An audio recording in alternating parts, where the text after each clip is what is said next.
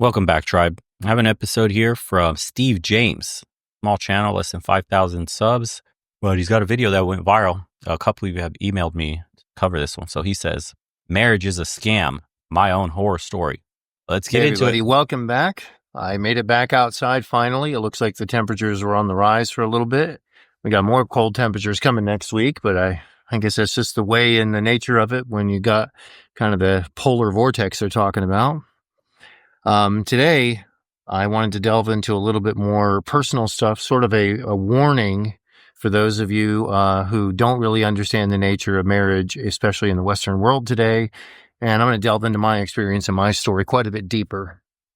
For warning, this is a bit of a horror story, and you are going to be reeling from it and probably hiding under your covers by the time I'm done telling you everything. But Oh, no. Here goes.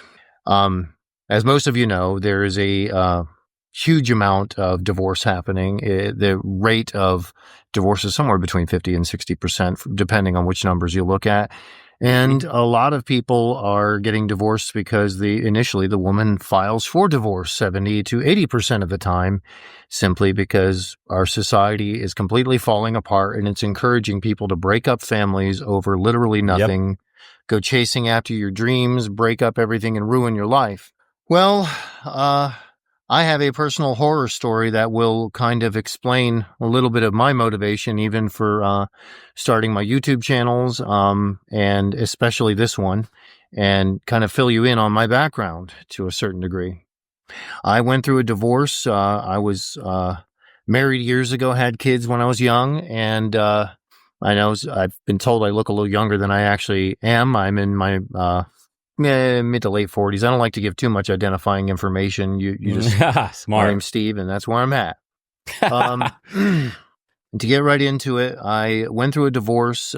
They ended up, after everything was happening, they ended up giving her alimony. She wanted to file with the court to get alimony. There were several things that were really in the way of it that I attempted to protest.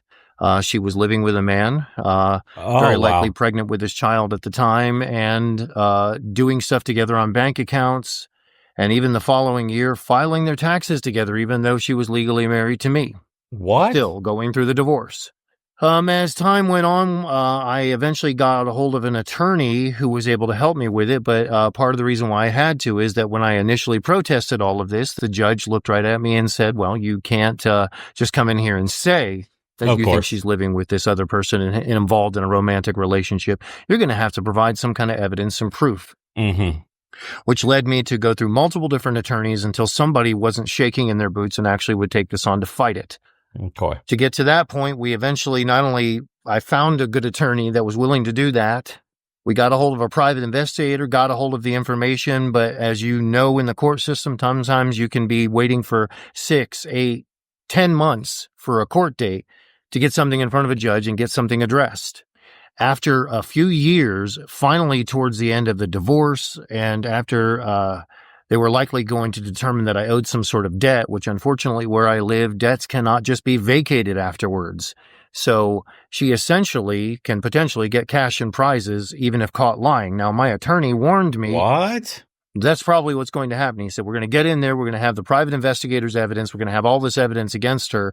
And even when she gets caught lying, they aren't going to do a thing about it. She'll be caught committing perjury and fraud personally against you and having manipulated the court system. And they're not going to do anything about it. They're just going to strip it from here on forward. And I was like, wait a minute. What? So I'm going to owe a debt, even though she's being forced to admit and proven with evidence that she lied about it all. And he was like, yep. And he goes, you're going to hate the system after that. And I did. How can you support that level of corruption? So we got in there. Yes, she got convicted of alimony fraud, essentially. They stripped her of any further alimony payments. They weren't able to vacate the old debt because certain, I guess you could say, feminist laws have taken place here where they kind of contradict common sense that if somebody gets caught committing fraud, they shouldn't be able to benefit or profit from it. But the way that it was structured and set up, there's a division of support enforcement that handles things like everything from child support to other things, and they were the ones that would eventually take on this debt and then come after me to make me pay it. What? Which means I am paying for somebody to live with another person, have children with them, live a whole life with them, and I can't really do much of anything about it. I might be able to file a personal lawsuit. And this is when the story gets very, very crazy. What? How is it not insane already? You can hold on. Are you telling me? I have never heard of anything like this. They can openly lie, commit perjury, fraud, and the court system just goes like, "Oh yeah, well, she's a woman, so like, what can you do, bro? We're after our money. You owe this much. This is an outstanding debt." Are you kidding me? When people say shit like this out loud, is it any question to women? Do you really wonder why men don't want to get married? Are you surprised that channels like mine, channels like this guy who he just shared this and it went viral, other quote manosphere or men-centric channels have exploded in the recent, decade? Are you at all shocked? Do you think that we may have overcorrected some things? Imagine if your husband committed perjury, fraud, and God knows what else, and he gets off and you still owe money. Women will call men bums that win in court because they did the stay-at-home father thing while the woman was working. They'll call them bums and moochers. But when a woman goes and gets child support and alimony, she's a strong, independent boss babe. Take him for everything he has, even though she's sitting at home being a bum and a moocher just as well, in the same fashion that you would call a man, just doing your duties at home. But when a man does it and he doesn't want to work, just like the woman doesn't want to work, maybe he gets a girlfriend, he's a bum, he's a moocher. Why is the court allowing this? So can we come back from the extreme side that we're on right now, get in the middle and be like, hey, this system is messed up. If we really want to mend marriages, relationships, and family building, then we need a complete overhaul in the entire court system, starting with the biases for women, starting with alimony and child support. Everything, the way you divvy up assets. You shouldn't be allowed to even go after somebody's retirement. You should be banned from that. That should be illegal. You only divvy up the assets you have in the marriage there that were attained while married. How do you get access to someone's retirement? That's insane. I'm telling you guys, I've said this before. Getting married in the West is only something that a rich man can afford these days. It's a luxury of wealthy people. If they're still using it in a traditional way of combining two powerful families. Or if you're really religious and the institution is really important to you, the religious institution you're at, and you want to get married under God in the church, all that stuff, and you're trying to build a family. Or for the guys that are somewhere in between that they just want to be heads of households and raise a successful family. It's what they want. For everybody else, there's literally no point. Why not just cohabitate? Check your state. Make sure it doesn't have cohabitation laws. You have to also check that too. If a woman is receiving mail at your house, the state considers you married and then she still has access to your funds. You don't even have to be married. She just has to live with you. So check your state laws.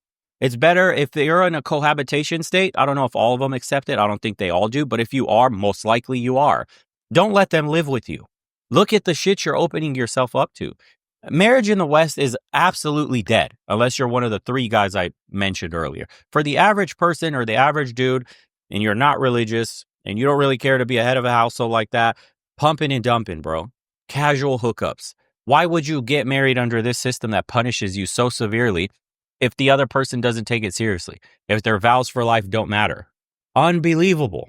My attorney had figured out by looking at the laws and everything that was arranged where I live, and we were preparing to do all of that and also use it on the basis of the grounds that not only did she have children with the guy that we could prove, she had filed taxes jointly together with him, which showed that they were obviously tied together, that her name was on his bank accounts. And on top of all of that, they had, they had been living together pretty much the whole time. And she even had to admit to it in court. Well, it gets crazy because he and several other attorneys that have been fighting for cases like this and trying to, as they win each case, it sets a precedent and helps other people. I end up getting a message from somebody one weekend saying, your attorney's missing.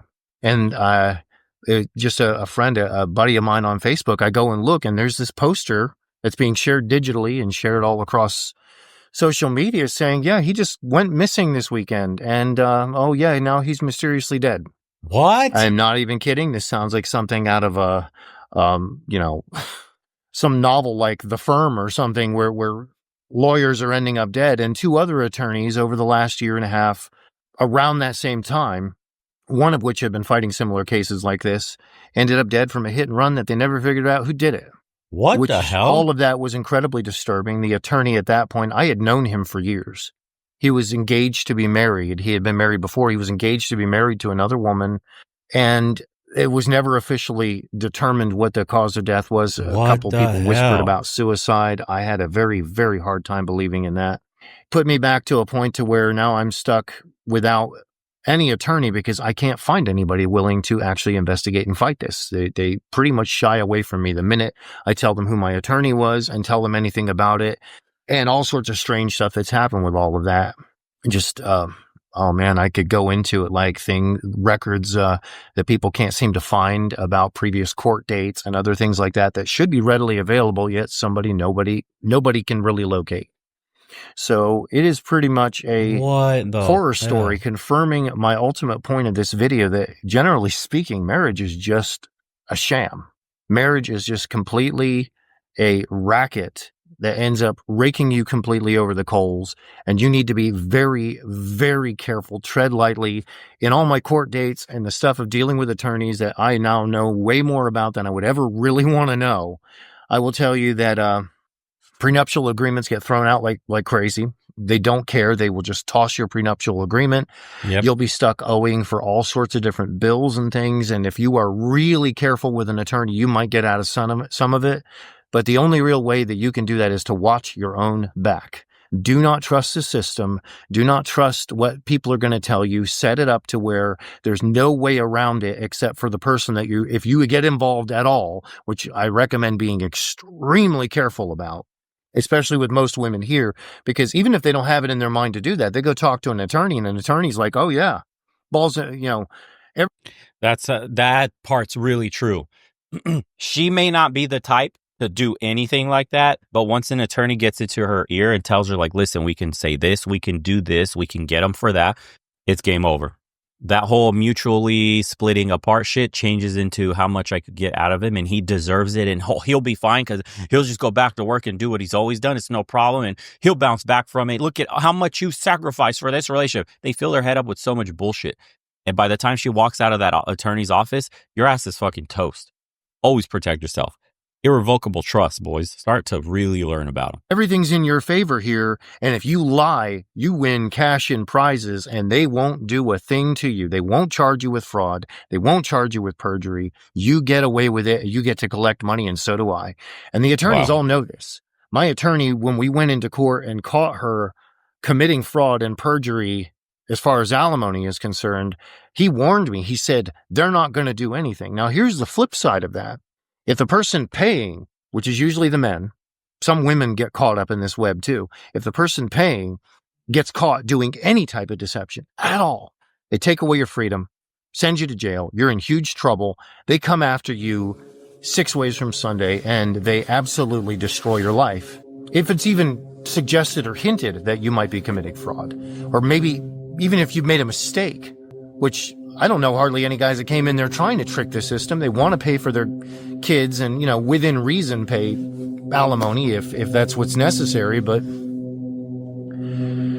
it is just absolutely incredible how the laws conflict. It works in the favor of people that commit fraud and perjury, and they get away with it. So, yeah, that's why this video is really entitled Marriage is a Sham, because believe me, it is.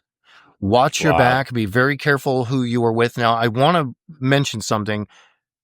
During the course of all of this, I don't want you to throw women just in general under the bus, because we're each individuals. When you say men do this and women do that, yeah, there are generalities that are true. But I have encountered women that, when under pressure, refused to manipulate the system, take their ex to the cleaners, and get a bunch of money that they weren't really entitled to. I have encountered women that refused to go down that road, refused to take the bait, were very honorable about it, and recognized what was going on and thought, this is not right. I'm not going to be able to sleep well at night if I know I'm going to move forward with another man and I'm getting paid by another guy to do it, and I have to constantly watch my back and make sure that I don't get caught. And I don't bother to tell them, you might not, even if you do get caught, my ex got cash in prizes for it. So absolutely watch your back. Absolutely watch your back. Do not get married under the regular system unless you are extremely careful, or you can find another way to basically have not necessarily a common law marriage, but check the laws in your state, speak to an attorney, and become legally aware of what could potentially happen to you. I mean, there are states where people are paying for kids, legally mandated to pay for children that aren't even theirs. And even when it gets revealed that they were somehow deceived, you can't do anything about it. We cover those paternity fraud cases. Paternity fraud. And then you sign your name on the birth certificate, it's game over. That's it. And then you can find out later that's not your kid very shortly, like after signing. You do a little DNA test by yourself, find out that kid's not yours. Good luck overturning that if you've already started supporting that kid. Dude, the system is insane. I have a video here. Where is it? That we covered a few episodes back. Look how they do this. 4 times divorce, 4 times. Let's see, let's go. Tell me, what do you want to know? What is the most toxic thing that you've ever done? Okay, let's do this. All right, take them to court and then get a good divorce lawyer, of course. Take them for half of the retirement. Take them half of their property and then fight them for higher child support, okay? And a couple of years from now, hit you up for more child support. Every 3 years. Every 3 years. You go up from maybe 200 to 300 to 400 to 500. You bring it up to $2,000 per child. Per child. But I got one child right here. Kaylin right here. Her daddy paying child support for her, of course. Imagine what that daughter's like with the men in her life. Imagine the family dynamic at home with those kids. And then you're surprised that you're going to end up in a situation like this. I told you guys the family environment is the single most important thing you can do to vet your woman. That and social media use. If her father's not present, goodbye. Unless she shows an extreme amount of self-awareness that she's done to work and she's one of those that come out the absolute opposite. Like she grew up in a broken environment and vows at all costs to never make her environment for her kids the same. This is why the social fabric of the West is absolutely collapsing. We reward women to destroy the home. We financially incentivize broken homes. We incentivize degenerate behavior. We reward people to act like dickheads and destroy relationships, marriages, and the security, the emotional and psychological stability of their children. Don't know what else to say. This shit's crazy. This guy says marriage is a money-making industry. Divorce is a money-making industry. Prison is a money-making industry. You see the problem.